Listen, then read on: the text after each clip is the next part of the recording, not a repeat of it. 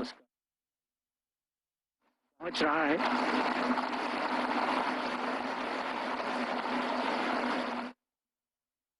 तो ये सीधी तस्वीरें संसद भवन परिसर से राष्ट्रपति का काफिला संसद भवन की ओर पहुंचता हुआ, और तस्वीरों में हम देख पा रहे हैं उपराष्ट्रपति और राज्यसभा के सभापति जगदीप धनखड़ को।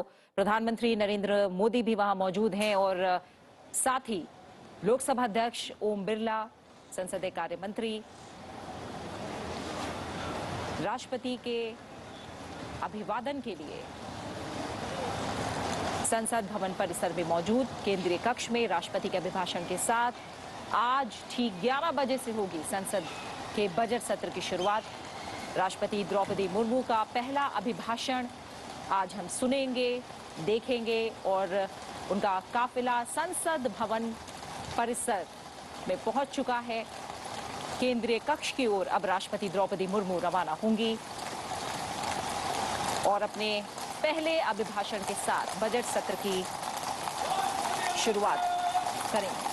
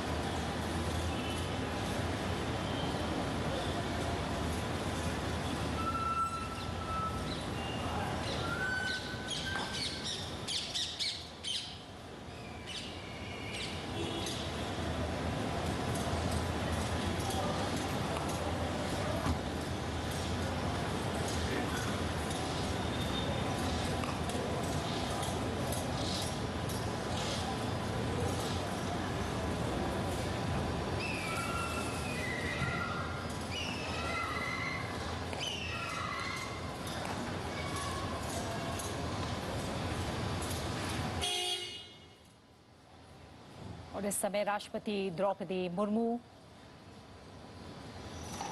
उपराष्ट्रपति जगदीप धनखड़, लोकसभा अध्यक्ष ओम बिरला, प्रधानमंत्री नरेंद्र मोदी केंद्रीय कक्ष की ओर प्रस्थान करते हुए कई मायनों में संसद का ये बजट सत्र अपने आप में काफी अहम रहेगा। माना जा रहा है कि जो केंद्रीय कक्ष, जो संसद भवन है, वहां ये अंतिम सत्र हो और अगला सत्र हमें नए संसद भवन में देखने को मिले। राष्ट्रपति द्रौपदी मुर्मू का पहला अभिभाषण आज तमाम सांसदों के बीच संयुक्त बैठक को अब से कुछ ही देर में वो संबोधित करेंगी। राष्ट्रपति का अभिभाषण जाहिर तौर पर सरकार की नीतियों का विवरण और इस नजरिए से ये देश की सोच और विकास की दिशा को नागरिकों के सामने रखने वाला एक अहम संसदीय दस्तावेज और राष्ट्रपति के रूप में महामहिम राष्ट्रपति द्रौपदी मुर्मू का पहला अभिभाषण हम सुनिए। सभासदों, महामहिम राष्ट्रपति जी,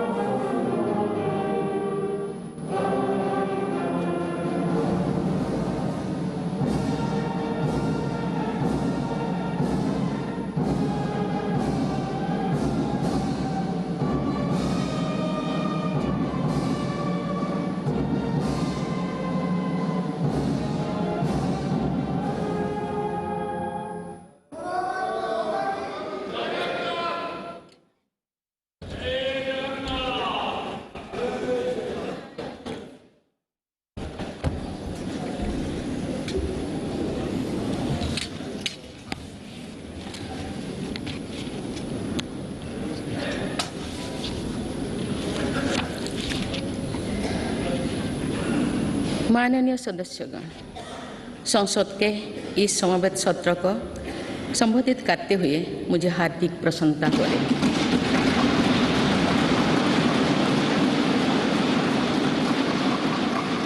कुछ ही महीने पहले देश ने अपनी आज़ादी के 75 वर्ष पूरी करके आज़ादी के अमृत काल में प्रवेश किया है। आज़ादी के इस अमृत काल में हजारों वर्षों के गौरवशाली अतीत का गौरव जुड़ा है। भारतीय स्वतंत्रता संग्राम की प्रेरणाएं जुड़ी है और भारत के स्वर्णिम भविष्य के संकल्प जुड़ी है। अमृतकाल के ये 25 वर्ष का कालखंड स्वतंत्रता की स्वर्णिम शताब्दी का और विकसित भारत के निर्माण का कालखंड है। ये 25 वर्ष हम सब के लिए और देश के प्रत्येक नागरिक के लिए कर्तव्य की पराकाष्ठा करके दिखाने के, ये हमारे सामने युग निर्माण का अवसर है और हमें इस अवसर के लिए 100% सामर्थ्य के साथ हर क्षण कार्य करना है। हमें 2047 तक ऐसे राष्ट्र का निर्माण करना है जो अतीत के गौरव से जुड़ा हो और जिसमें आधुनिकता का हर स्वर्णिम अध्याय हो। हमें ऐसा भारत बनाना है जो आत्मनिर्भर हो,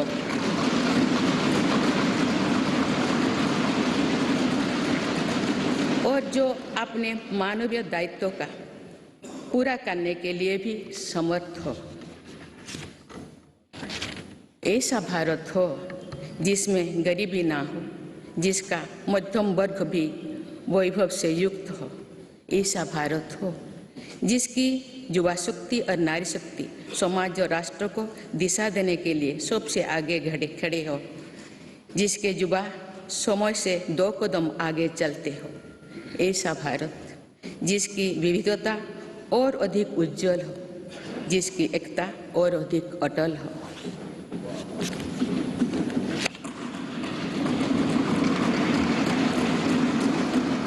दो 2047 में देश जब इस सच्चाई को जीवंत करेगा तो निश्चित रूप से उस भव्य निर्माण की नींव का अवलोकन और आकलन भी करेगा।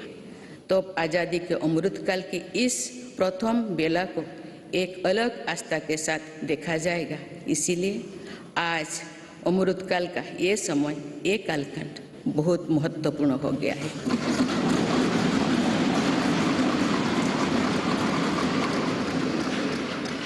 माननीय सदस्यगण, मेरी सरकार को देश के लोगों ने जब पहली बार सेवा का अवसर दिया तो सबका साथ सबका विकास के मंत्र से हमने शुरुआत की थी। समय के साथ इसमें सबका विकास, सबका विश्वास और सबका प्रयास भी जुड़ा गया।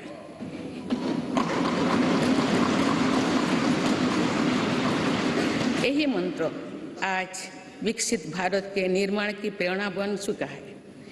विकास के ये कर्तव्य पथ पर चलते हुए मेरी सरकार को कुछ ही महीने में 9 वर्ष पूरी हो जाएगी।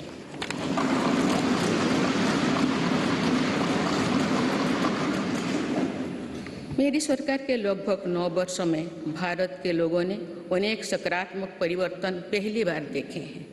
सबसे बड़ा परिवर्तन ये हुआ है कि आज हर भारतीय का आत्मविश्वास शीर्ष पर है और दुनिया का भारत को देखने का नजरिया बदला है।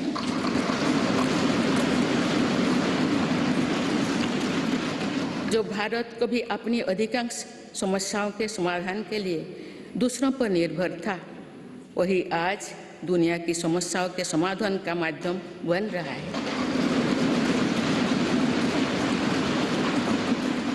जिन मूल सुविधाओं के लिए देश की एक बड़ी आबादी ने दशकों को तक इंतजार किया, वे इन वर्षों में उसे मिली है। जिस आधुनिक इंफ्रास्ट्रक्चर की हम कभी कामना करते थे, वो इन वर्षों में देश में बनना शुरू हुआ है। आज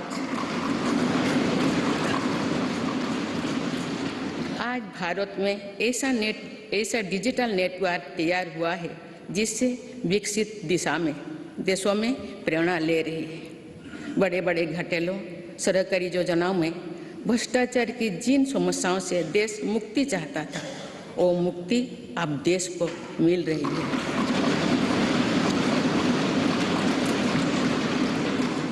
पॉलिसी पैरालिसिस के चर्चा से बाहर आकर आज देश की पहचान तेज विकास और दूरगामी दृष्टि से के लिए गए फैसलों के लिए भी जाने जाते हैं। इसलिए हम दुनिया की 10वें नंबर की अर्थव्यवस्था से 5वें नंबर पर पहुंचे।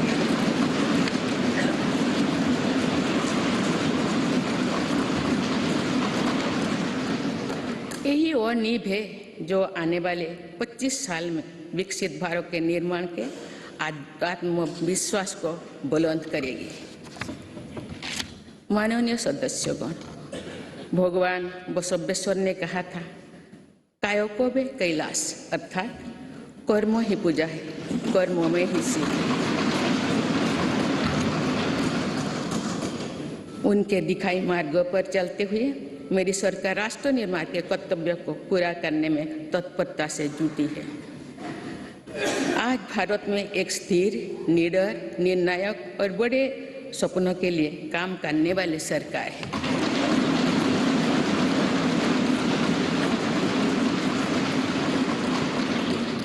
आज भारत में ईमानदार का सम्मान करने वाली सरकार है। आज भारत में गरीबी को स्थायी समाधान और उनके स्थायी सशक्तिकरण के लिए काम करने वाली सरकार है। आज भारत में अभूतपूर्व स्पीड और स्केल पर काम करने वाली सरकार है। भारत में इनोवेशन और टेक्नोलॉजी के माध्यम से जन कल्याण को सर्वोपरि रखने वाली सरकार है। आज भारत में महिलाओं के सामने से हार बाधा को दूर करने वाली सरकार है। आज भारत में प्रगति के साथ ही प्रकृति का भी संरक्षण करने वाली सरकार है। आज भारत में विरासत के संरक्षण के साथ ही आधुनिकता को बढ़ावा देने वाली सरकार है। आज भारत में अपनी वैश्विक भूमिका को लेकर आत्मविश्वास से आगे बढ़ने वाली सरकार है।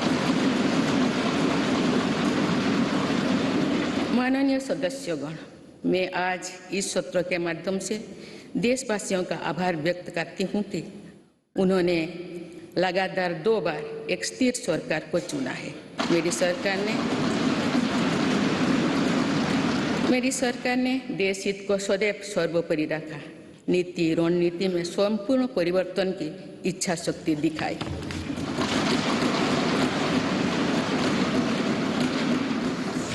सर्जिकल स्ट्राइक से लेकर आतंकवाद पर कठोर प्रहार तक, LOC से लेकर LAC तक, हर दुस्साहस के कड़े जवाब तक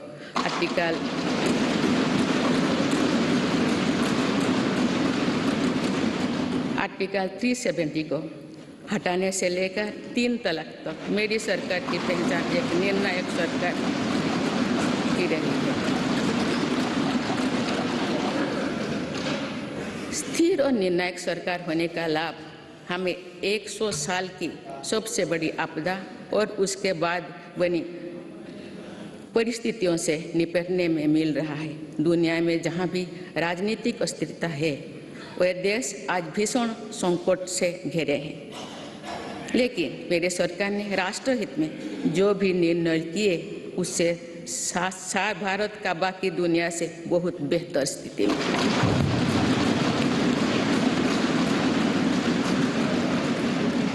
माननीय सदस्यगण, मेरी सरकार का स्पष्ट मत है कि भ्रष्टाचार लोकतंत्र का और सामाजिक न्याय का सबसे बड़ा दुश्मन है।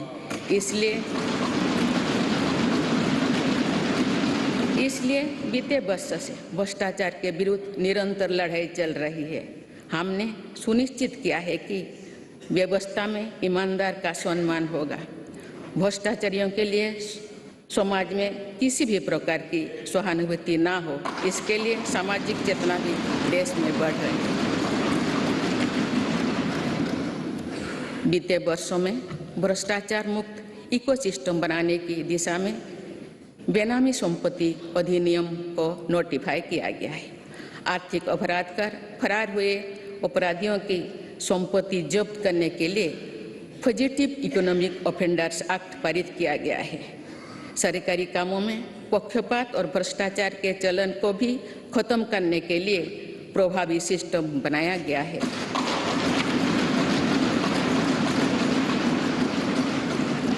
आज सरकारी कामों में टेंडर और खरीद के लिए गवर्नमेंट ई-मार्केट प्लेस जैसे व्यवस्था है, जिसमें अब तक 3 लाख करोड़ रुपये से अधिक का ट्रांजैक्शन हुआ है। राष्ट्र निर्माण में ईमानदार योगदान देने वालों को आज विशेष सम्मान दिया जा रहा है। इनकम टैक्स रिटर्न फाइल करने के कोई जटिलताओं को खत्म कर देशवासियों का जीवन आसान बनाया गया है। फेसलेस जांच को बढ़ावा देने की वजह से व्यवस्था में पारदर्शिता आई है और उसे जवाबदेह भी बनाया गया है।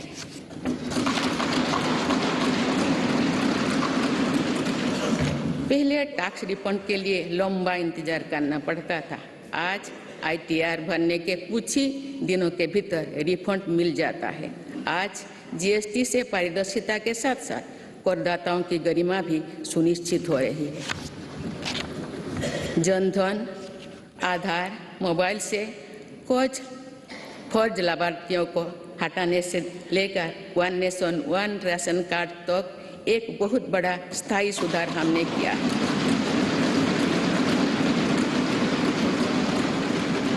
बीते वर्षों में डीबीटी के रूप में, डिजिटल इंडिया के रूप में एक स्थायी और पारदर्शी व्यवस्था देश ने तैयार की है। आज 300 से ज़्यादा योजनाओं का पैसा सीधे लाभार्थियों के बैंक खाते तक पहुंच रहा है।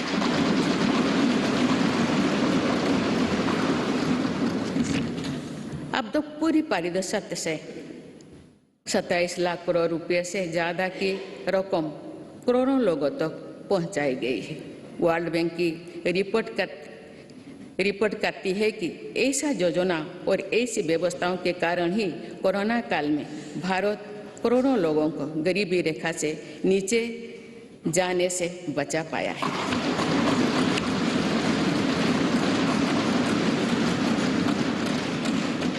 जब भ्रष्टाचार रुकता है और टैक्स की पाई का सदुपयोग होता है तो भारत टैक्स पेयर को भी गर्व होता है। माननीय सदस्यगण, आज देश का ईमानदार करदाता चाहता है कि सरकारें शॉर्टकट की राजनीति से बचे, ऐसा योजनाएं बने जो समस्याओं के स्थायी समाधान को प्रोत्साहित करे।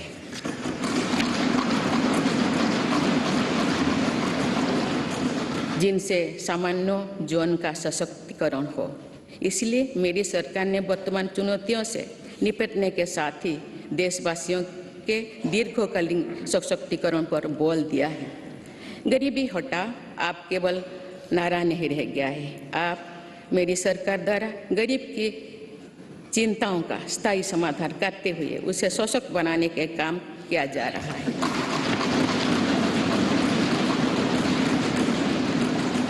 जैसे गरीबी का एक बहुत बड़ा कारण बीमारी होती है।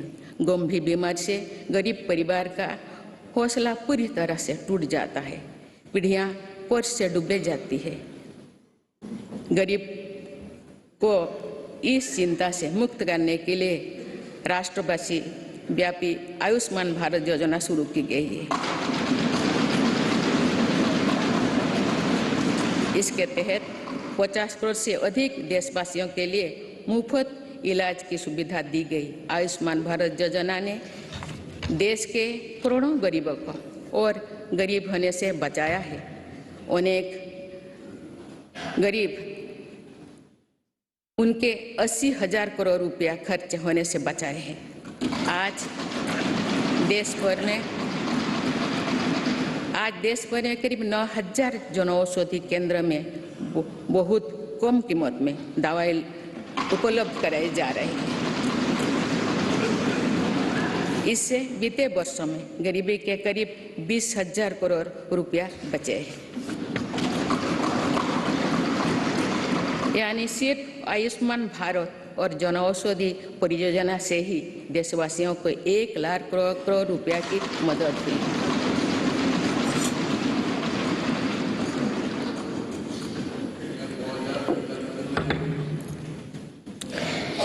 मैं सामान्य नागरिकों के जीवन से जुड़े सबसे महत्वपूर्ण संसाधन पानी का उदाहरण आप सभी के सामने रखना चाहूँगी। मेरी सरकार ने हर घर जल पहुँचाने के लिए जल जीवन मिशन शुरू किया।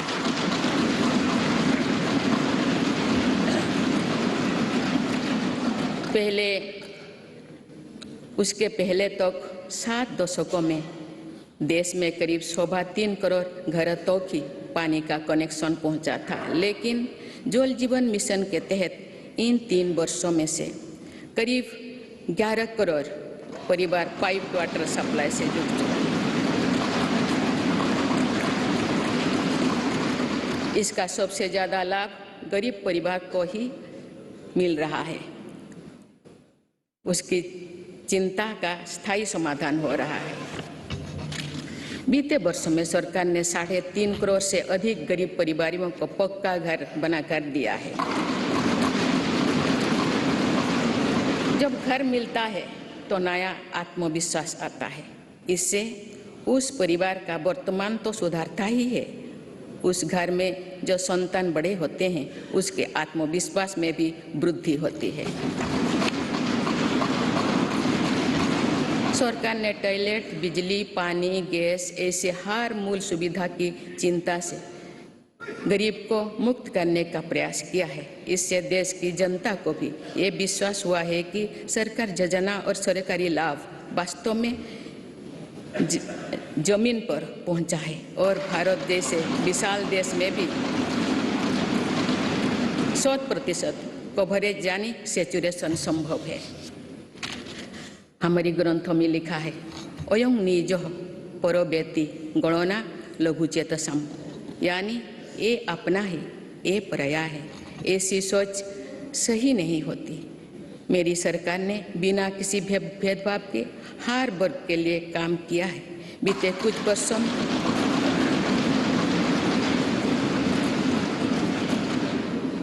कुछ वर्षों में मेरी सरकार के प्रयासों के नतीजा है कि अनेक मूल सुविधाएं आज या तो 100% आबादी तक पहुंच चुकी है या फिर उस लक्ष्य के बहुत निकट है। मेरी सरकार हर योजना में 100% सैचुरेशन के साथ ही अंत्योदय के प्रति भी पूरी निष्ठा से काम कर रही है। हमारी कोशिश है कि योजनाओं का लाभ सही और सभी लाभार्थियों को मिले, कोई भी सरकार की योजना के लाभ से वंचित ना हो। माननीय सदस्यगण, हमने देखा है कि कोरोना काल के दौरान दुनिया भर में किस तरह गरीब के लिए गुजारा मुश्किल हो गया था, लेकिन भारत उन देशों में से एक है जिसने गरीब का जीवन बचाने का सर्वोच्च प्राथमिकता दी।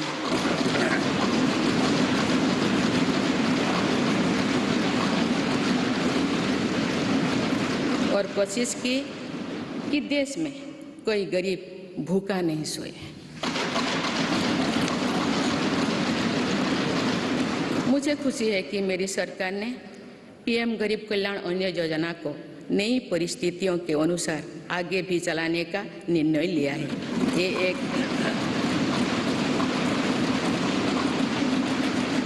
ये एक संवेदनशील और गरीब हितैषी सरकार की पहचान है।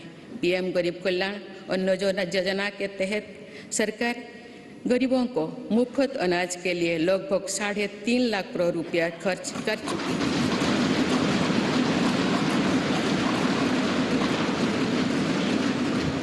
आज इस योजना की प्रशंसा पूरे विश्व में हो रही है। इस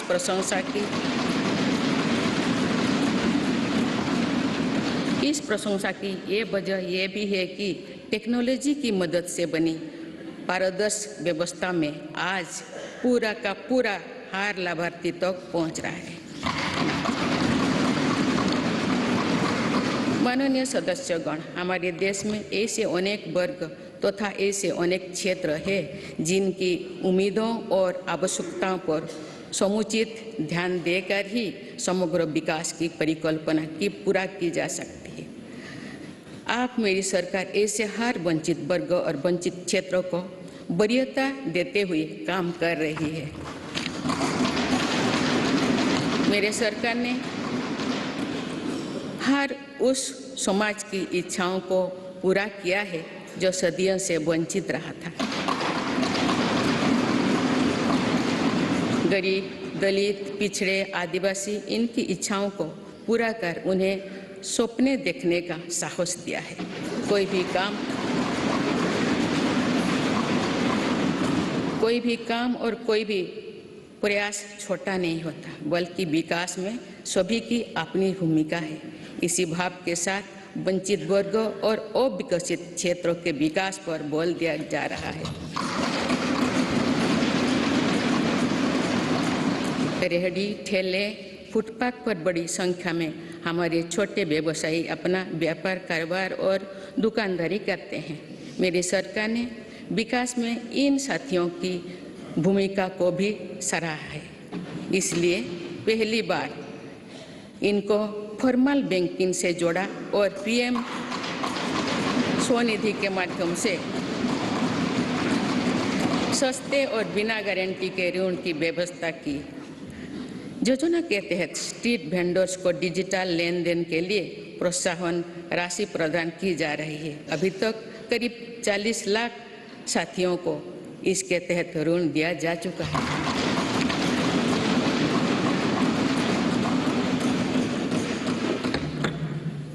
मेरी सरकार की प्राथमिकता में देश के 11 करोड़ छोटे किसान भी है। ये छोटे किसान दशकों से सरकार की प्राथमिकता से वंचित रहे थे। आप इन्हें सशक्त और समृद्ध करने के लिए हर तरह की कोशिश की जा रही है।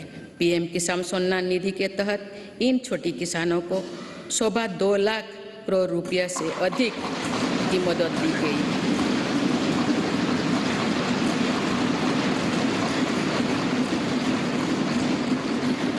खास बात यह है कि इन लाभार्थियों में लगभग 3 करोड़ लाभार्थी महिलाएं हैं।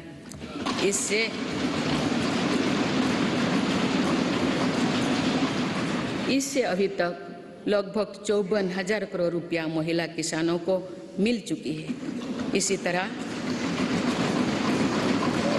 तरह छोटे किसानों के लिए फसल बीमा, सॉइल हेल्थ कार्ड, किसान क्रेडिट कार्ड, केसीसी की कवरेज बढ़ाने के साथ ही हमारी सरकार ने पहली बार पशुपालकों और मछुआरों को भी किसान क्रेडिट कार्ड की सुविधा से जोड़ा। किसानों के सामर्थ्य को बढ़ाने के लिए एफपीओ यानी फार्मर प्रोड्यूसर ऑर्गेनाइजेशंस की स्थापना से लेकर फसलों के एमएसपी में वृद्धि करते हुए मेरी सरकार छोटे किसानों के साथ मजबूती से खड़ी है।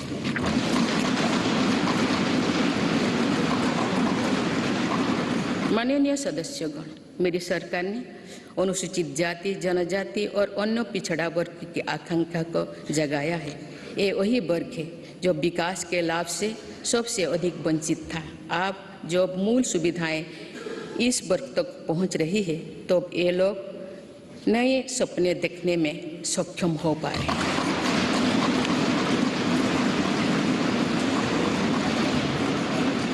अनुसूचित जाति के सामाजिक आर्थिक सशक्तिकरण के लिए डॉक्टर अंबेडकर उत्सव धाम, अमृत जलधारा और युवा उद्यमी योजना जैसे कार्यक्रम चलाए जा रहे हैं। आदिवासी गौरव के लिए तो मेरी सरकार ने अभूतपूर्व फैसला किए हैं। पहली बार देश ने भगवान बिरसा मुंडा के जन्म दिवस को जनजातीय गौरव दिवस के रूप में मनाना शुरू किया। हाल ही में मानगढ़ धाम में सरकार ने आदिवासी क्रांति वीरों को पहली बार राष्ट्रीय स्तर पर श्रद्धांजलि दी। आज 36,000 से अधिक आदिवासी बाहुल्य वाले गांवों को प्रधानमंत्री आदि आदर्श ग्राम योजना के तहत विकसित किया जा रहा है। आज देश में 400 से अधिक एकलव्य मॉडल स्कूल आदिवासी क्षेत्रों में खुल चुकी है। देश भर में 3,000 से अधिक वन धन विकास केंद्र आजीविका के लिए साधन बने हैं। मेरी सरकार ने राष्ट्रीय पिछड़ा वर्ग आयोग को संवैधानिक दर्जा देकर ओबीसी के वेलफेयर के लिए हमारी प्रतिबद्धता को स्पष्ट किया है। बंजारा, घुमंतु और अर्ध-घुमंतु समुदाय के लिए भी पहली बार वेलफेयर एंड डेवलपमेंट बोर्ड का गठन किया गया है। माननीय सदस्यगण, देश में 100 से अधिक जिले ऐसे थे जो विकास के अनेक पैमानों से पीछे रह गए थे। सरकार ने इन जिलों को आकांक्षी जिले, एस्पिरेशनल डिस्ट्रिक्ट घोषित कर इनके विकास पर ध्यान दिया।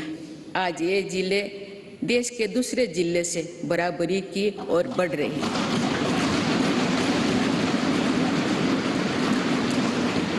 आकांक्षी जिले को सफलता को अब मेरी सरकार ब्लॉक स्तर पर दोहराने के लिए काम कर रही है और इसके लिए देश में 500 ब्लॉक्स को एस्पिरेशनल ब्लॉक के रूप में विकसित करने का कार्य शुरू किया गया है। ये आकांक्षी ब्लॉक सामाजिक न्याय की एक संस्थागत व्यवस्था के तौर पर विकसित किए जा रहे हैं। देश के जनजातीय क्षेत्रों, पहाड़ी क्षेत्रों, समुद्री क्षेत्रों और समावेशी क्षेत्रों को भी बीते दशकों में विकास का सीमित लाभ ही मिल पाया था। नॉर्थ ईस्ट और जम्मू कश्मीर में भी दुर्गम परिस्थितियों के साथ साथ अशांति और आतंकवाद भी विकास के सामने बहुत बड़ी चुनौती थी। मेरी सरकार ने स्थायी शांति के लिए भी अनेक सफल कदम उठाए हैं और भौगोलिक चुनौतियों को भी चुनौती दी है। इसी के परिणाम है कि नॉर्थ ईस्ट और हमारे सीमावर्ती क्षेत्र विकास की एक नई नीति का निर्गति का अनुभव कर रहे हैं। सीमावर्ती गांव तक बेहतर सुविधाएं पहुंचाने के लिए मेरी सरकार ने वाइब्रेंट विलेजेस प्रोग्राम पर काम शुरू किया। राष्ट्रीय सुरक्षा की दृष्टि से भी सीमावर्ती क्षेत्रों में अभूतपूर्व इंफ्रास्ट्रक्चर बीते सालों में तैयार किया गया है। इससे भी इन क्षेत्रों में विकास की गति मिल रही है। पिछले कुछ दशकों से राष्ट्रीय सुरक्षा के लिए बहुत बड़ा खतरा बन चुकी वामपंथी हिस्सा भी अब कुछ जिलों तक ही सीमित रह गए हैं।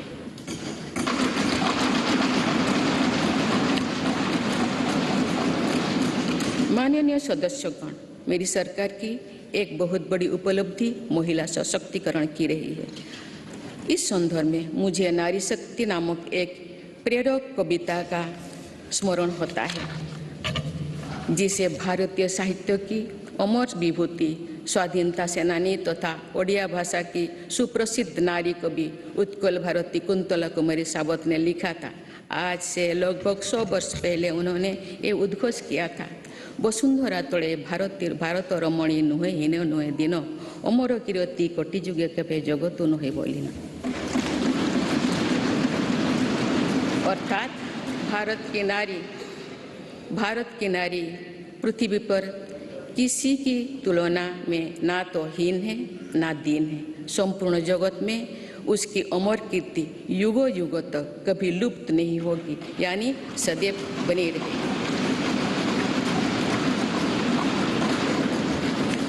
मुझे ये देखकर गर्व होता है कि आज की हमारी बहनें और बेटियां उत्कल भारती के सपनों के अनुरूप विश्व स्तर पर अपनी कीर्ति पताका लहरा रहे हैं। मुझे प्रसन्नता है कि महिलाओं की ऐसी प्रगति के पीछे मेरी सरकार के प्रयासों का संबल रहा है।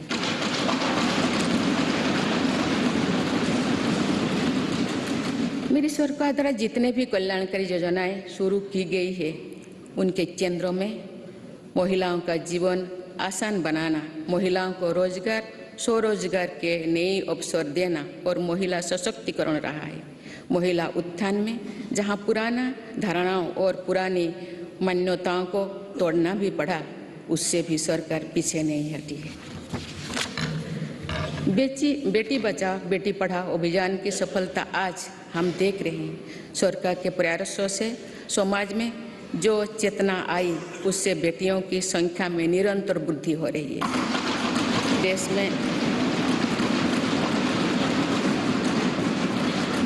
देश में पहली बार पुरुषों की तुलना में महिलाओं की संख्या अधिक हुई है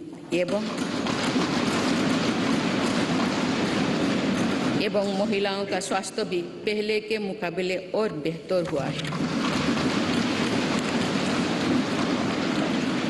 प्रधानमंत्री सुरक्षित मातृत्व अभियान हो या फिर प्रधानमंत्री मातृवंदना योजना, इनमें माँ और बच्चे दोनों की जीवन को बचाने में हम सफल रहे हैं। आयुष्मान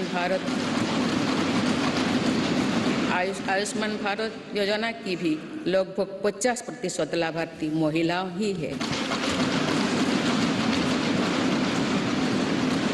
माननीय सदस्यगण, मेरी सरकार बेटियों की पढ़ाई से लेकर उनके कैरियर तक हर बाधा को दूर करने का प्रयास कर रही है। देश के सरकारी स्कूलों में बेटियों के लिए अलग टॉयलेट का निर्माण हो या फिर सैनिटरी पैड से जुड़ी योजना, इससे बेटियों के ड्रॉप आउट रेट भी बहुत कम आई। स्वच्छ भारत अभियान से महिलाओं की गरिमा तो बढ़ी ही है, इससे एक सुरक्षित माहौल भी उन्हें मिला है। सुकन्या सुजला समृद्धि योजना से देश भर की करोड़ों बेटियां के बेहतर भविष्य के लिए पहली बार सेविंग अकाउंट खुली है। नई राष्ट्रीय शिक्षा नीति में भी बेटियां की शिक्षा के लिए अनेक महत्वपूर्ण कदम उठाई गई है।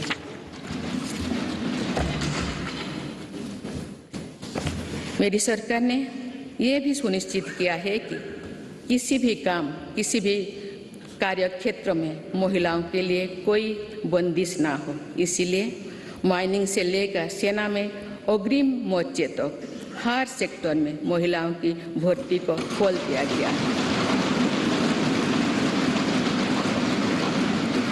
सैनिक स्कूलों से लेकर मिलिट्री ट्रेनिंग स्कूलों तक में अब हमारी बेटियां पढ़ाई और ट्रेनिंग कर रही है।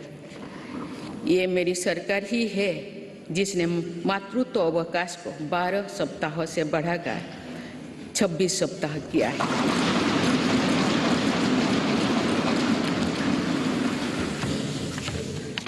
मुद्रा योजना की लगभग 70% लाभार्थी महिला उद्यमी ही है। एक स्टडी के अनुसार इस योजना से महिलाओं की आर्थिक शक्ति और सामाजिक फैसलों में उनकी भागीदारी बढ़ी है। पीएम आवास योजना के तहत मिलने वाली घरों की रजिस्ट्री भी महिलाओं के नाम पर होने से महिलाओं का आत्मविश्वास बढ़ा है।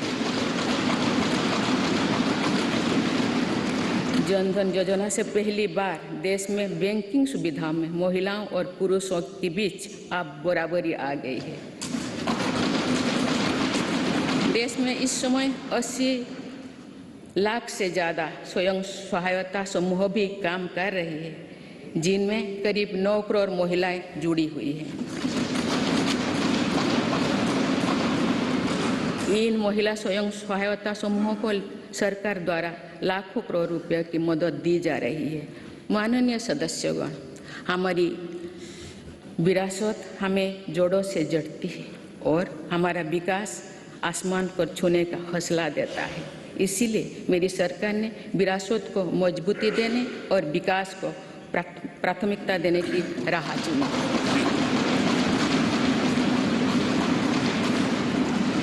आज एक तरफ देश में अयोध्या धाम का निर्माण हो रहा है, तो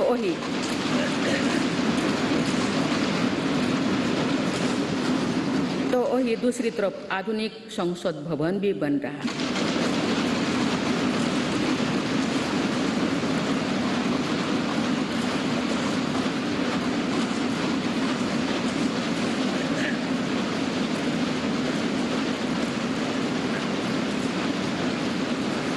एक तरफ हमने केदारनाथ धाम, काशी विश्वनाथ धाम और महाकाल महालोक का निर्माण किया, तो वही हर जिलों में हमारी सरकार मेडिकल कॉलेज भी बनवा रही है।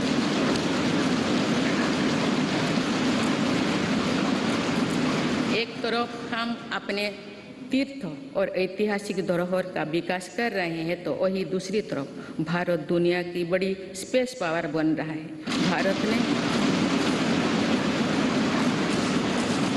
भारत ने पहला प्राइवेट सैटेलाइट भी लॉन्च किया है। एक तरफ हम आदि शंकराचार्य भगवान बसवेश्वर, तिरुवल्लुवर, गुरु नानक देव जैसे संतों के दिखाए रास्ते पर आगे बढ़ रहे हैं, वही दूसरी तरफ आज भारत हाईटेक नॉलेज का हब भी बनता जा रहा है।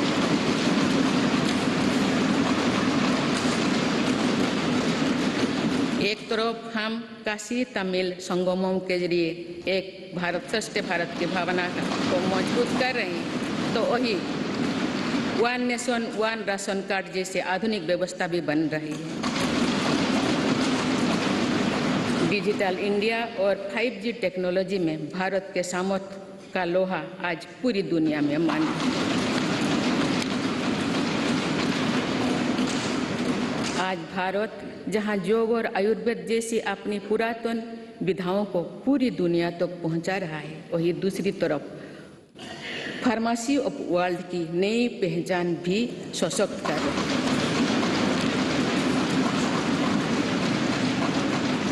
आज भारत प्राकृतिक खेती को, मिलेट्स की अपनी परंपरा फसलों को प्रोत्साहित कर रहा है, वही नानो यूरिया जैसी आधुनिक टेक्नोलॉजी का भी विकास किया है।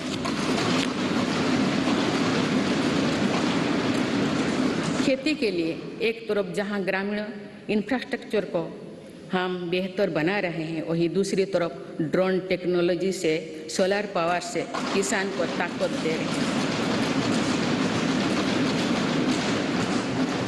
शहरों में जहां स्मार्ट सुविधाओं के विकास पर बल दिया जा रहा है, वहीं स्वामित्व योजना में पहली बार गांव के घरों को की ड्रोन से मैपिंग की जा रही है।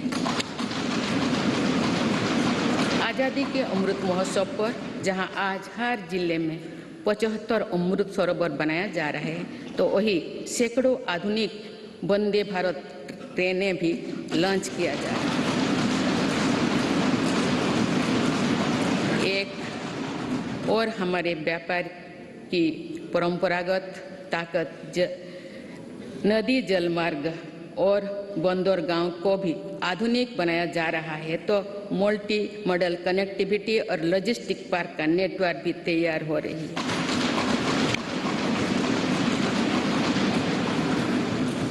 माननीय सदस्यगण, आज़ादी के अमृतकाल में देश पंच प्राणी की प्रेरणा से आगे बढ़ रहा है। गुलामी के हार निशान, हार मानसिकता से मुक्ति दिलाने के लिए भी मेरी सरकार निरंतर प्रयासरत है।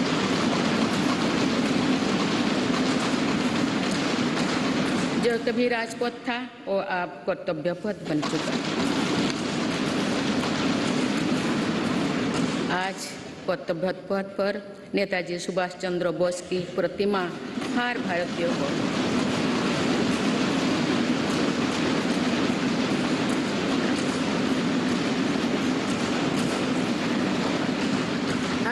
को गौरवान्वित कर रही है। तो अंडमान निकोबार में भी नेताजी और आज़ाद हिंद फौज के शौर्यों को हमने सम्मान दिया है। अभी कुछ ही दिन पहले मेरी सरकार ने अंडमान निकोबार द्वीप समूह में नेताजी सुभाष चंद्र बोस आइलैंड पर नेताजी को समर्पित भव्य स्मारक और म्यूजियम का शिलान्यास भी किया है। भारतीय सेना के परमवीर चक्र विजेताओं के नाम पर अंडमान निकोबार के 21 द्वीपों का नामकरण भी किया है।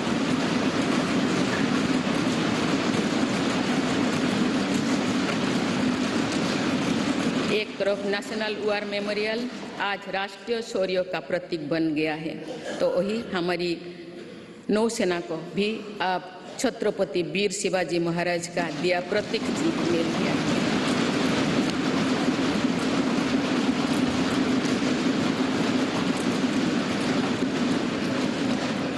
एक तरफ जहां भगवान बिरसा मुंडा सहित तमाम आदिवासी स्वतंत्रता सेनानियों से जुड़े संग्रहालय बन रहे हैं, डॉक्टर बाबा साहेब आम्बेडकर के पंचतीर्थ बनाया गया है, वही दूसरी तरफ हर प्रधानमंत्री के योगदान को दर्शाने वाले प्रधानमंत्री संग्रहालय का निर्माण भी किया गया है।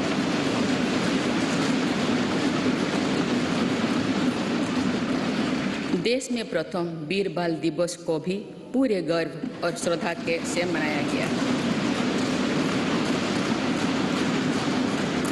इतिहास की पीड़ाओं और उनके साथ जुड़े शिक्षाओं को जागरूक रखने के लिए देश में विभाजन विभीषिका स्मृति दिवस की शुरुआत भी मेरी सरकार ने की।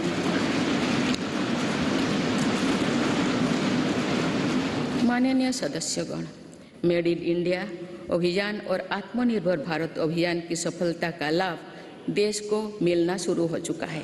आज भारत में मैन्युफैक्चरिंग की अपनी कैपेसिटी भी बढ़ रही है और दुनिया भर से भी मैन्युफैक्चरिंग कंपनियां भारत आ रहे हैं।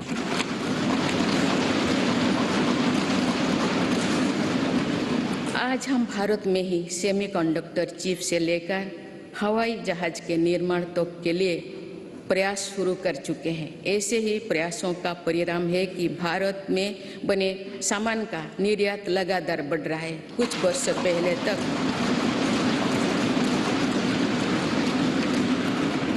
पहले तक हम बड़ी संख्या में मोबाइल फोन आयात करते थे। आज भारत दुनिया में मोबाइल फोन का एक बड़ा निर्यातन बन चुका है।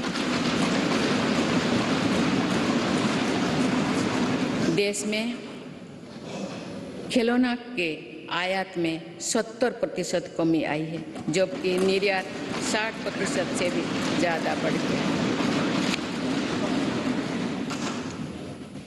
मेरी सरकार की नई पहल के परिणाम स्वरूप हमारे रक्षा निर्यात 6 गुना हो गया है।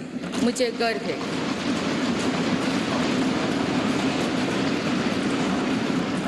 गर्व है कि हमारी सेना में आज INS विक्रांत के रूप में पहला स्वदेशी एयरक्राफ्ट कैरियर भी शामिल हुआ है।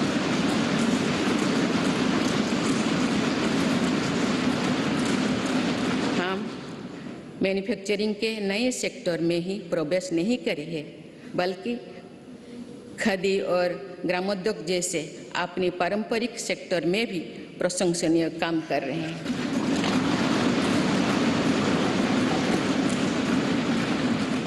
ये हम सभी के लिए खुशी की बात है कि आज़ादी के अमृत महोत्सव के दौरान देश के खादी और ग्रामीण उद्योग का टर्नओवर 1 लाख करोड़ रुपये से अधिक का हो चुका है।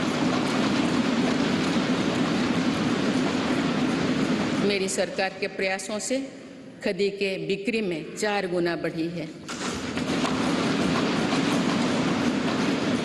माननीय सदस्यगण, मेरी सरकार ने इनोवेशन और एंटरप्रेन्योरशिप पर निरंतर अभूतपूर्व बल दिया है। इससे दुनिया की सबसे युवा आबादी वाले हमारे देश की ताकत का सदुपयोग हो रहा है।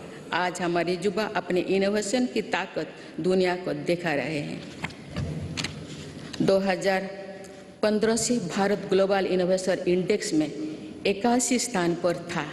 अब हम 40वें स्थान पर पहुंच गए हैं।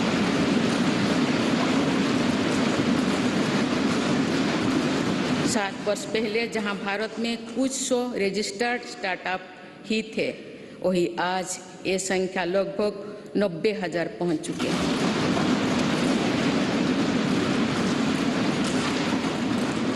आज के युग में हमारी सेनाओं का भी युवा शक्ति में समृद्ध होना, युद्ध शक्ति में निपुण होना, टेक्नोलॉजी की पावर से लेस रहना बहुत अहम है।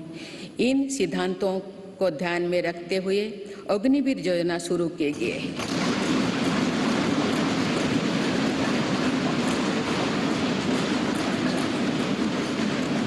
इससे देश की युवा शक्ति को सेनाओं के माध्यम से राष्ट्र की सेवा का अधिकतम अवसर मिलेगा। मेरी सरकार देश के युवाओं की शक्ति को खेलों के जरिए भी देश के सम्मान से जोड़ रही है। हमारे खिलाड़ियों ने कॉमनवेल्थ गेम्स से लेकर ओलंपिक और पैरा गेम्स से अभूतपूर्व प्रदर्शन कर ये साबित किया है कि उनकी प्रतिभा किसी से भी कम नहीं।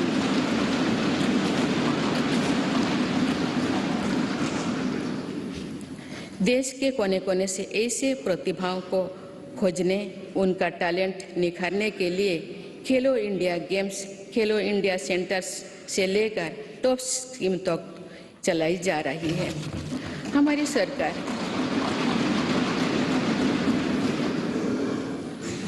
सरकार दिव्यांग कल्याण को लेकर भी पूरी तरह संवेदनशील है। देश में एक साइन लैंग्वेज और सुगम्य भारत अभियान ने दिव्यांग युवकों को बहुत मदद दी है। माननीय सदस्यगण, बीते दशकों में हमने भारत के इंफ्रास्ट्रक्चर के निर्माण में 2 बड़ी चुनौतियां देखी है। एक, इंफ्रास्ट्रक्चर के बड़े प्रोजेक्ट समय पर पूरी नहीं हो पाते थे। दूसरा, अलग अलग विभाग, अलग अलग सरकारें अपनी अपनी सुविधा से काम करती थी। इससे सरकारी संसाधनों का दुरुपयोग भी होता था, समय भी अधिक लगता था और सामान्य जन को भी असुविधा होती थी। मेरी सरकार ने PM गति शक्ति नेशनल मास्टर प्लान बनाकर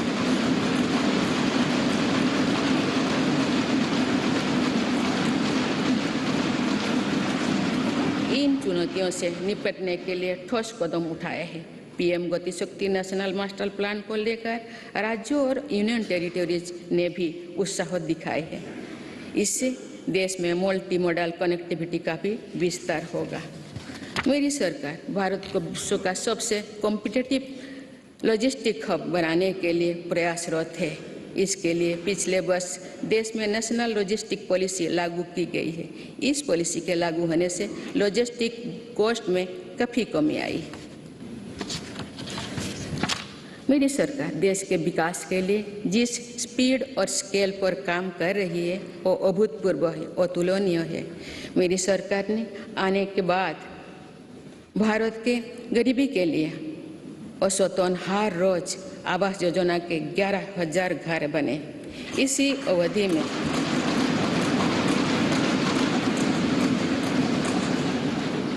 अवधि में भारत में हर रोज औसतन 2.5 लाख लोग ब्रॉडबैंड कनेक्शन से जुड़े।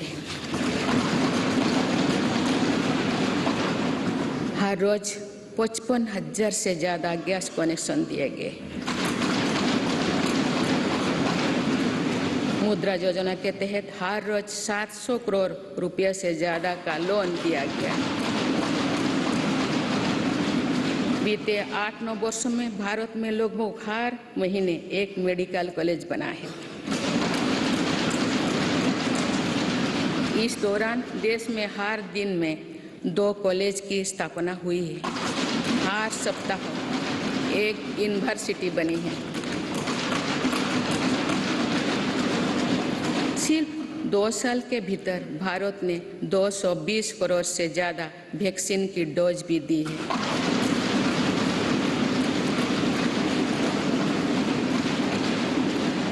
सोशल इंफ्रास्ट्रक्चर की बात करें तो साल 2004 से 2014 के बीच देश में जहां 145 मेडिकल कॉलेज खुले थे, वही मेरी सरकार ने 2014 में 14 से 2022 तक 260 से अधिक मेडिकल कॉलेज खोले।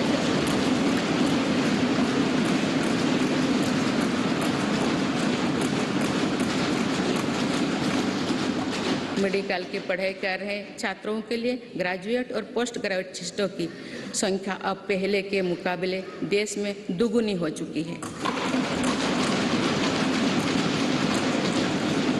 2014 से पहले जहां देश में कुल लगभग 725 विश्वविद्यालय थे, वही बीते केवल 8 वर्षों में 300 से अधिक नए विश्वविद्यालय बने। इसी दौरान देश में 5,000 से अधिक कॉलेज भी खोले गए हैं। इसी प्रकार फिजिकल इंफ्रास्ट्रक्चर में तो देश में कई नए रिकॉर्ड बने हैं। प्रधानमंत्री ग्राम सड़क योजना में 2013-14 तक देश में करीब 3,81,000 किलोमीटर सड़कें बनी थी, जबकि 2021-22 तक ग्रामीण सड़कों का ये नेटवर्क 7 लाख किलोमीटर से भी ज़्यादा हो गया।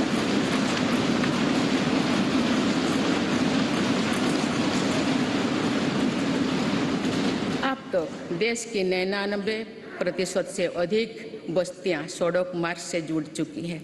वर्ल्ड बैंक सहित अनेक संस्थाओं की स्टडी के अनुसार ग्रामीण सड़कों से गांव में रोजगार, खेती, शिक्षा और स्वास्थ्य पर बहुत सकारात्मक असर पड़ा।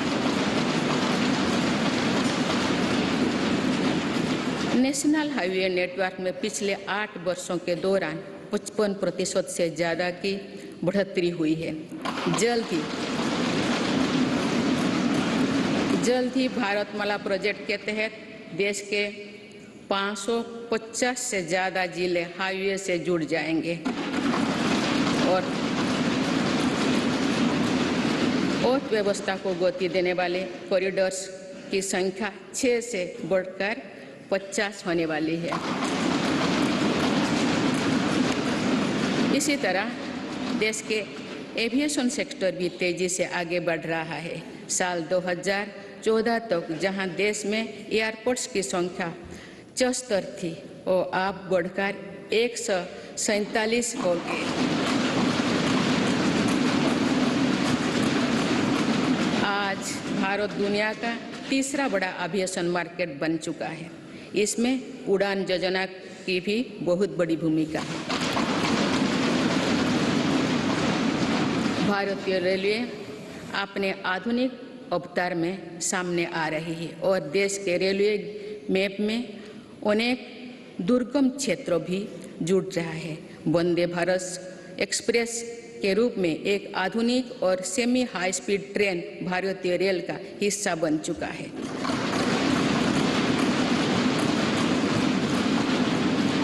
जम्मू कश्मीर और नॉर्थ ईस्ट के दुर्गम क्षेत्रों को भी रेलवे से जोड़ा जा रहा है। देश के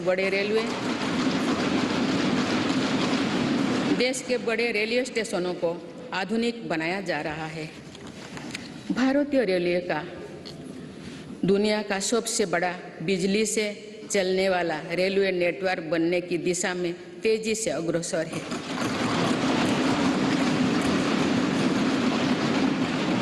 भारतीय रेल को सुरक्षित बनाने के लिए स्वदेशी टेक्निक कोबोज का भी हम तेजी से विस्तार कर रहे हैं।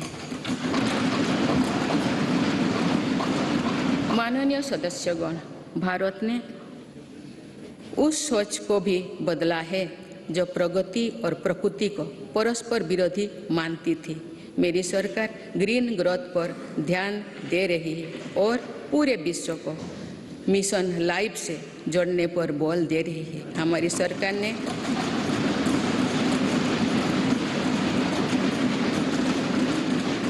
सरकार ने पिछले 8 वर्षों में सोलर एनर्जी क्षमता को करीब 20 गुना बढ़ाया है।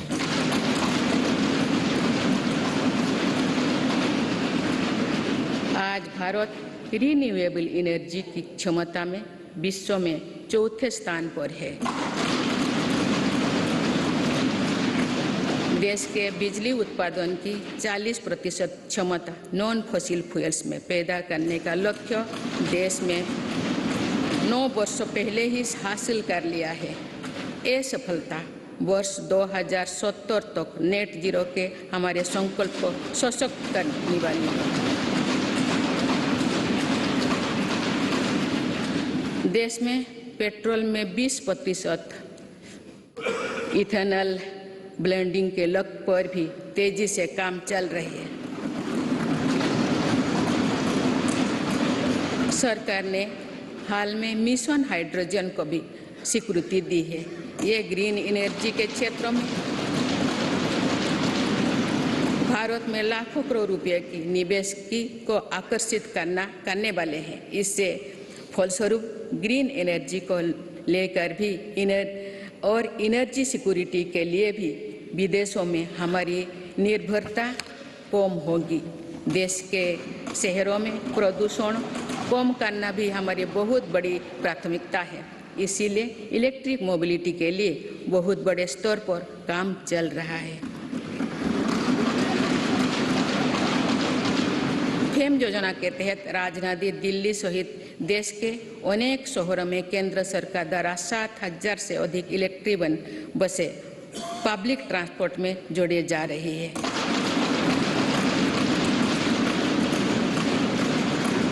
बीते 8 वर्षों में देश में मेट्रो नेटवर्क में 3 गुना से अधिक बढ़ोतरी हुई है। आज 27 शहरों में मेट्रो ट्रेन पर काम चल रहा है। इसी प्रकार देश भर में 100 से ज़्यादा नए वाटरवे भी विकसित किए जा रहे हैं। नए वाटरवे से देश में ट्रांसपोर्ट सेक्टर का कायाकल्प करने में मदद करेगी। माननीय सदस्यगण, आज की दुनिया में अनेक चुनौतियों से गुजर रही है। आज की दुनिया अनेक चुनौतियों से गुजर रही है। दशकों पहले बनी अंतर्राष्ट्रीय संस्थाओं की प्रासंगिकता और प्रभाव पर भी प्रश्न उठ रहे हैं। इन परिस्थितियों में भारत ऐसा देश बनकर उभरा है जो आज की विभाजित दुनिया को किसी न किसी रूप से जोड़ रहा है।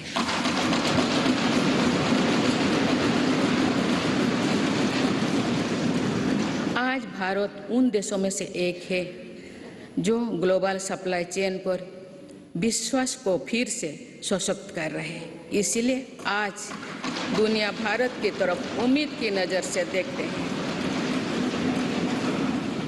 इस वर्ष भारत G20 जैसे प्रभावी समूह का नेतृत्व कर रहा है।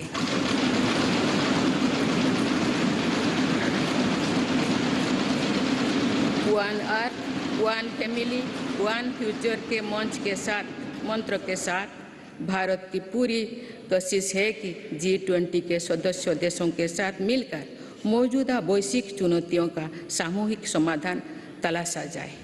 मेरी सरकार इसको सिर्फ एक डिप्लोमेटिक प्रोग्राम तक सीमित नहीं रखना चाहती, बल्कि पूरे देश के प्रयास से भारत के सामर्थ्य और संस्कृति को शोकेस करने का अवसर है।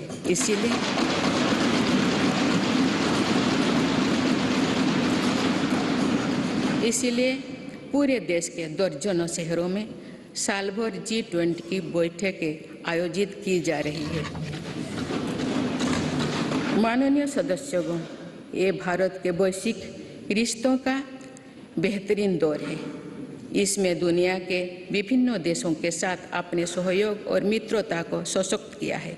एक तरफ हम इस वर्ष SCO की अध्यक्षता कर रहे हैं, तो वही दूसरे तरफ क्वाड का मेंबर होने के नाते इंडो पैसिफिक में शांति, स्थिरता और समृद्धि के लिए काम कर रहे हैं।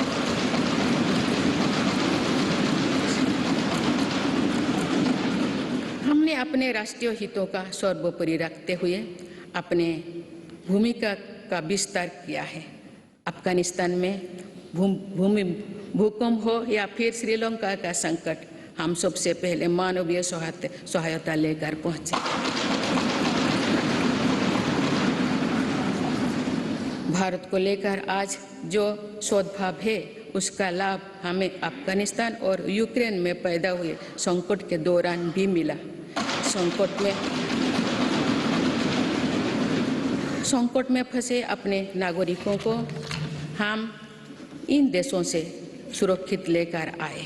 इस दौरान भारत ने कई अन्य देशों के नागरिकों की मदद करके अपना मानवीय स्वरूप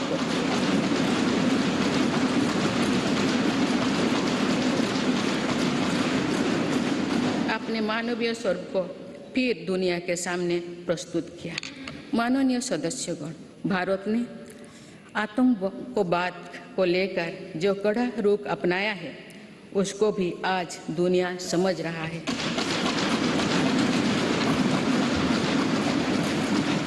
इसलिए आतंकवाद के विरुद्ध भारत की आवाज़ को हर मंच पर गंभीरता से सुना जा रहा है। पहले वर्ष अक्टूबर में भारत में पहली बार UNSC काउंटर टेररिज्म कमेटी की एक विशेष बैठक आयोजित की गई।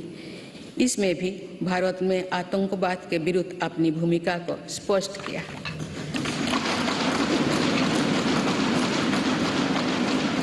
साइबर सिक्योरिटी से जुड़ी चिंताओं को भी मेरी सरकार गंभीरता से पूरे विश्व के सामने रख रही है। मेरी सरकार का साफ मानना है कि स्थायी शांति तभी संभव है जब हम राजनीतिक और रणनीतिक रूप से सशक्त होंगे। इसलिए अपनी सैन्य शक्ति के आधुनिकीकरण पर हम निरंतर बल दे रहे हैं।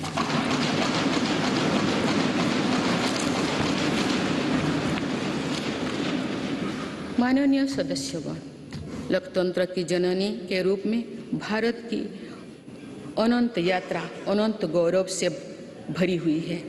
हमने लोकतंत्र को एक मानवीय संस्कार के रूप में विकसित किया है, समृद्ध किया है। अपने हजारों वर्षों के अतीत की तरह ही आने वाली सदियों में भी भारत मानवीय सभ्यता की अविरल धारा की तरह अनवरत गतिमान रहेगा। भारत का लोकतंत्र समृद्ध था, सशक्त था और आगे भी सशक्त होता रहेगा। भारत की जीवटता अमर थी, आगे भी अमर रहेगी। भारत का ज्ञान विज्ञान और अध्यात्म सदियों से विश्व का मार्गदर्शन करता रहा है और आने वाली सदियों में भी विश्व की इसी तरह राह दिखाएगा।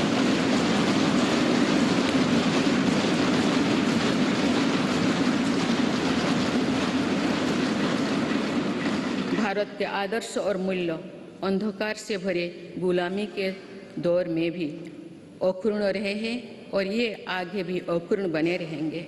एक राष्ट्र के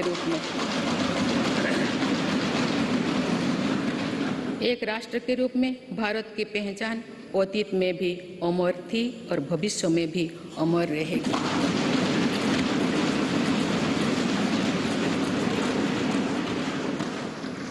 लोकतंत्र के केंद्र इस संसद में हमारा प्रयास होना चाहिए कि हम मुश्किल लगने वाले लक्ष्य तय करें और उन्हें हासिल करके दिखाएं।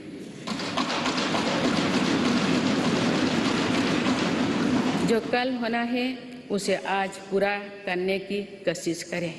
जिसे दूसरे कोई आने वाले दिनों में करने के बारे में सोच रहा है उसे हम भारतवासी पहले करके दिखाएं। आइए अपने लोकतंत्र को समृद्ध करते हुए हम उस वेद वाक्यों को आत्मसात करें जिसमें कहा गया है सों गच्छोधो सों बोधोधं सों बोहो मनांसी जानतम, अर्थात हम सब एक साथ कदम से कदम मिलाकर चले, हमारे संकल्प स्तरों में एकता का प्रवाह हो और हमारे अंतःकरण एक दूसरे से जुड़े।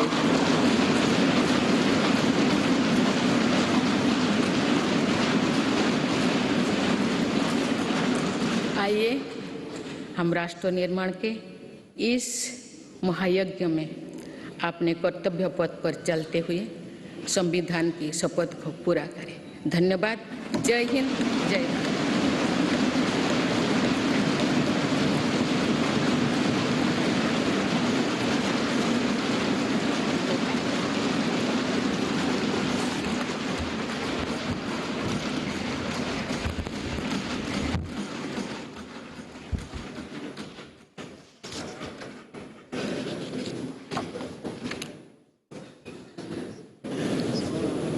Honorable members, select paragraphs from the address by the President of India, Srimati Draupadi Murmuji, to Parliament, and the rest may be taken as read. Honorable members, it gives me a great pleasure to address both houses of Parliament assembled together. A few months back, our country completed 75 years of independence and entered the Amrit Kal. This Amrit Kal period of 25 years is the period of golden centenary of independence and making of a developed India. In almost 9 years of my government's term, the people of India have witnessed many positive changes for the first time. Honorable members, Lord Basveshwar had said, Kai Kave Kailash, which means Karma is worship and Shiva is in the Karma itself. Following this path, my government is actively engaged in performing the duty of nation building. Today, India has a government working at unprecedented speed and scale. Today, I express my gratitude through this session to the people of the country for electing a stable government for 2 consecutive terms. Over the years, the country has developed a stable and transparent regime in the form of DBT and Digital India. Today, the monetary benefits of more than 300 schemes are directly reaching the bank accounts of the beneficiaries. So far, an amount of more than rupees 27 lakh crores has reached crores of beneficiaries with complete transparency. To provide Har Ghar Jal, my government has started Jal Jeevan Mission. In the last few years, the government has provided Pakka houses to more than 3.5 crore poor families. The government has spent about 3.5 lakh crore for free food grains to the poor under PM Garib Kalyan Ann Yojana. 11 crore small farmers of the country are also on the priority list of my government. These small farmers have been given financial assistance of more than rupees 2.25 lakh crores under the PM Kisan Samman Nidhi. For the first time, the country started celebrating the birth anniversary of Bhagwan Birsa Munda as Janjatiya Gaurav Divas. Recently, the government paid tribute to the tribal revolutionaries at the national level in Mangarh Dham for the first time.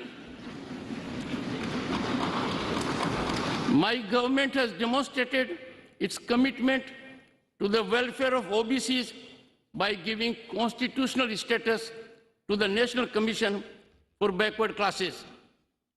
Honorable members, from education to their career, my government is trying to remove all obstacles for daughters. The Swachh Bharat Abhiyan has not only increased the dignity of women, it has also provided them safe environment. Our daughters are now studying and training in Sainik schools as well as military academies. It is my government which has increased the maternity leave from 12 weeks to 26 weeks. Today, on one hand, Ayodhya Dham is being constructed in the country, while on the other hand, the modern Parliament House is also being built. While 75 Amrit Sarovars are being built in every district on the occasion of Azadi Ka Amrit Mahotsav, at the same time, hundreds of modern Vande Bharat trains are also being launched. What was once Rajpath is now Kartavya Path.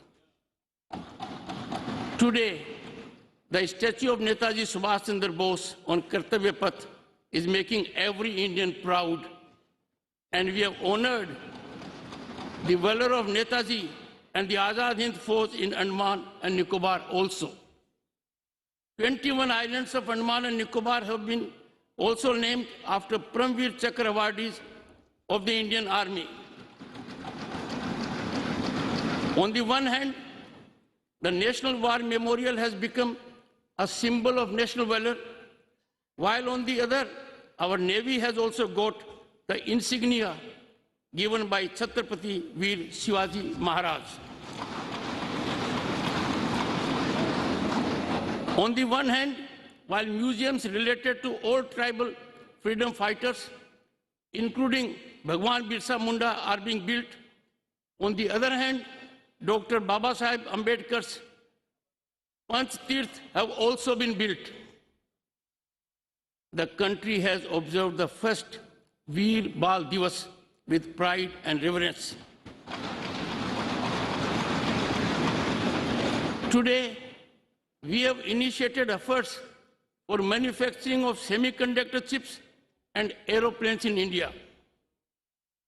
As a result of new initiatives of my government, our defense exports have grown 6 times. I am proud that the first indigenous aircraft carrier, INS Vikrant, has also joined our forces. Honorable members, our sports persons have proved their talent is second to none by performing phenomenally in Commonwealth Games, Olympics, and Para Games. The speed and scale at which my government is working for development of the country is unprecedented and unparalleled. After the formation of my government, on an average, 11,000 houses were built every day for the poor in India under Awas Yojana. More than 55,000 gas connections were given every day. Within just 2 years, India administered more than 220 crore vaccine doses. The national highway network has grown by more than 55% during the last 8 years. Similarly, the country's aviation sector is also growing rapidly. Up to 2014, where the number of airports in the country was 74, it has now increased to 147. The government has increased the solar power capacity by almost 20 times in the last 8 years. This year, India has assumed the presidency of an influential global group like G20. With the mantra of One Earth, One Family, One Future, India is attempting to find collective solutions to the current global challenges in collaboration with G20 member countries. Honorable members, this is the best phase of India's global relations. We have strengthened our cooperation and friendship with various countries in the world. Today, the world is also acknowledging India's tough stand on tourism. Due to this, India's voice against terrorism is being heard seriously on every global platform. Let's enrich our democracy by living up to the dictum of Veda, which says, let us work together, step by step, understand each other's mind, and let there be a flow of unity in our resolutions. Let us fulfill the oath of the Constitution by working on our Kartavya Path in this Mahayag of nation building. Thank you. Jai Hind, Jai Bharat.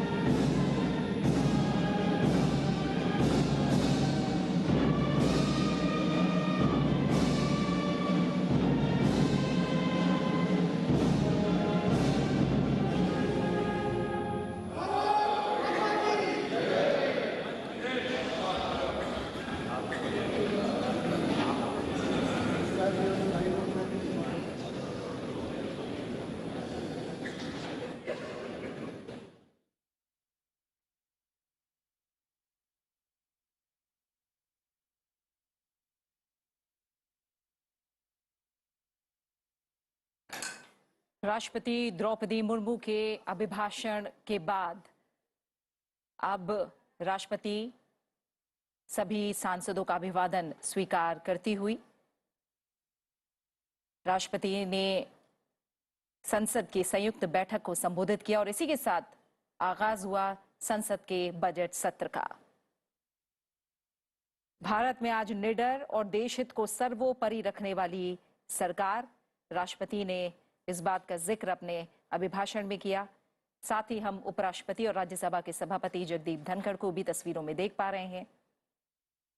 तमाम सांसदों का अभिवादन स्वीकार करते राष्ट्रपति और उपराष्ट्रपति।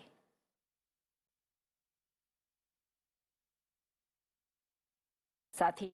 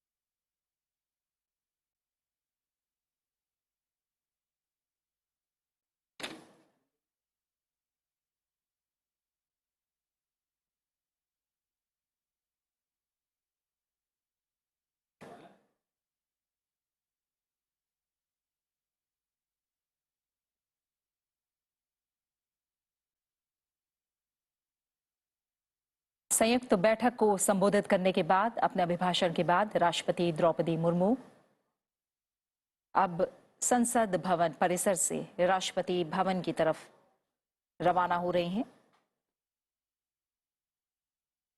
तमाम बड़ी बातों का जिक्र राष्ट्रपति ने अपने अभिभाषण में किया और हम आपको बता दें कि बजट सत्र की जो शुरुआत होती है वो संसद के केंद्रीय कक्ष में लोकसभा और राज्यसभा की संयुक्त बैठक में राष्ट्रपति के अभिभाषण के साथ होती है और इसी के साथ बजट सत्र की शुरुआत हो चुकी है।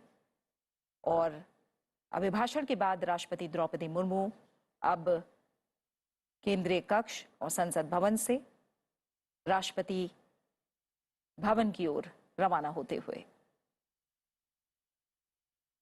राष्ट्रपति का अभिभाषण सरकार की नीतियों का विवरण और इस नजरिए से ये देश की सोच और विकास की दिशा को नागरिकों के सामने रखने वाला एक अहम संसदीय दस्तावेज है जिसे आज हमने देखा और सुना।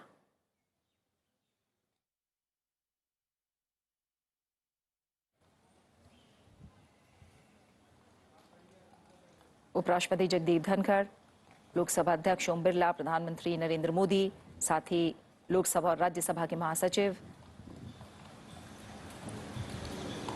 साथ में मौजूद।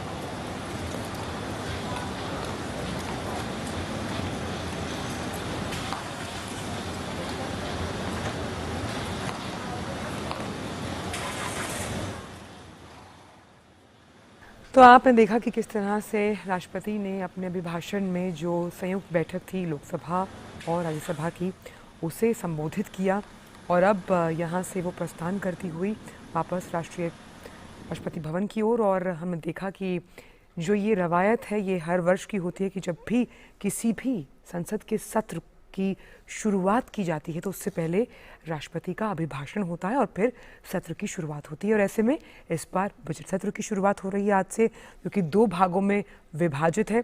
और सबसे अहम बात यह है कि आज आर्थिक सर्वेक्षण पेश किया जाएगा।